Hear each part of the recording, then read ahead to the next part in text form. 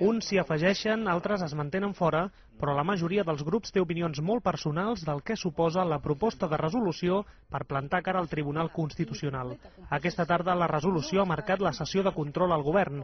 Esquerra, que ja ha manifestat que no votarà a favor, replica al president Montilla que calen mesures més contundents.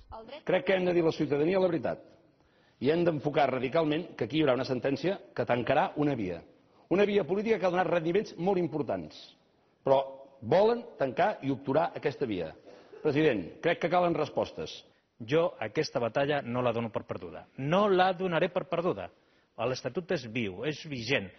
Ho anirem desenvolupant i desplegant. També hi ha hagut temps perquè el Partit Popular, que tampoc s'afegeix a la resolució, però per motius ben diferents als d'Esquerra, critiqués la forma d'actuar del Parlament. Només genera crispació, desafecció i diu molt poc del seu govern, del govern de Catalunya, diu molt poc d'aquest Parlament i diu molt poc dels grups polítics que qüestionen uns jutges pel simple fet que no els donen la raó amb el que vostès defensen. Vostè encara avui tindria una oportunitat de que retiréssim la resolució demà. Sap quina és?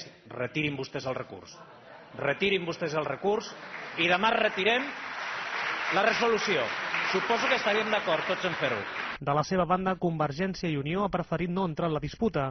Aquest matí Artur Mas ja ha explicat que s'afegien a l'acord en un exercici de responsabilitat.